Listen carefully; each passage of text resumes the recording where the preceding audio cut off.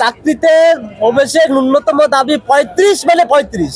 বুঝতে হবে যে চাকরি প্রত্যাশী কারা, তাদের সঙ্গে বসতে হবে। ফার্স্ট ইয়ার সেকেন্ড ইয়ার তারা কি বুঝে। বিসিএস যে সার্কুলার আসতেছে, এই সার্কুলারের আগেই আমাদের দাবিটা বাস্তবায়ন করতে হবে। সমন্বয় কিন্তু একটা গালি পরিণত হয়ে গেছে। আমাদের 35-এর যে দাবি সেটা বাস্তবায়ন হচ্ছে না। এই বাস্তবায়ন না হওয়ার পিছনে যারা প্রধান দায়ী এবং যারা পিছন থেকে এসে তাদের চাপিয়ে দেওয়া সিদ্ধান্ত বাস্তবায়ন করতে যাচ্ছে, তারা আর কেউ না, আপনারা জানেন, তারা কিছু সংখ্যক সমন্বয়। তারা এই সকল সমন্বয়ক তারা এসে টিএসসিতে বসে ফার্স্ট ইয়ার সেকেন্ড ইয়ারের সঙ্গে বসে ডিসকাস করতেছে চাকরিতে বয়সের প্রবেশ কত হবে। আমরা বিশ্ববিদ্যালয়ে আসার আগে জানতাম না যে আমার ডিপার্টমেন্টের সমস্যা কি। যখন বিশ্ববিদ্যালয়ে ভর্তি হয়েছি তখন জানছি আমার ডিপার্টমেন্টের সমস্যাটা কি। বুঝতে হবে যে চাকরি প্রত্যাশী কারা, তাদের সঙ্গে বসতে হবে। ফার্স্ট ইয়ার সেকেন্ড ইয়ার তারা কি বুঝে। সো আমাদের এখানে দাবি 35 মানে 35। সৈয়দ রেজাউল হাসান চৌধুরী, আপনাকে আমরা শ্রদ্ধার সঙ্গে বলতে দিতে চাই, চাকরিতে প্রবেশের ন্যূনতম দাবি 35 মানে 35 এবং শর্ত সাপেক্ষে উন্মুক্ত করতে হবে। যদি এই ছাত্র সমাজের সাথে আপনারা যদি আবার আমাদের সাথে তামাশা করেন, প্রতারণা করেন এবং আমরা তান্ত্রিক জটিলতার যে একটা লাল ফিতার দৌরাত্মের মধ্যে ফেলে দেন, আমরা এই দাবি মানব না। আমাদের যে দাবি 35 সেটা অতি দ্রুত বাস্তবায়ন করতে হবে। বিসিএস যে সার্কুলার আসতেছে, এই সার্কুলারের আগেই আমাদের দাবিটা বাস্তবায়ন করতে হবে।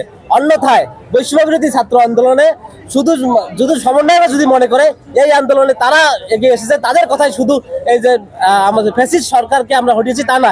এখানে সকল রাজনৈতিক দল, বিএনপি, জামাত, সুশীল, সাংবাদিক সকলের সুস্পষ্ট সুপারিশ চাকরিতে প্রবেশের বয়স ন্যূনতম 35 এবং হচ্ছে যে আপনার সংস্কৃতির উন্মুক্ত।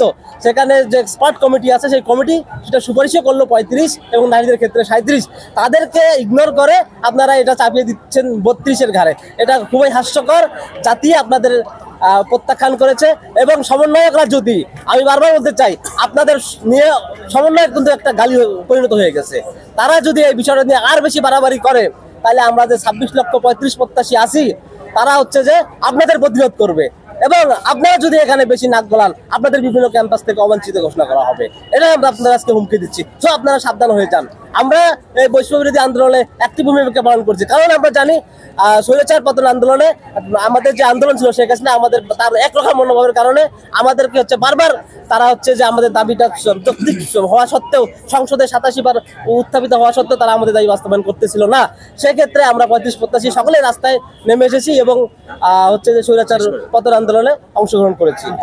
সংবাদ, ফিচার ও অনুষ্ঠানের জন্য ভিজিট করুন সংবাদ প্রকাশের ওয়েবসাইট এবং যুক্ত থাকুন ফেসবুক পেজ ও ইউটিউব চ্যানেলের সঙ্গে।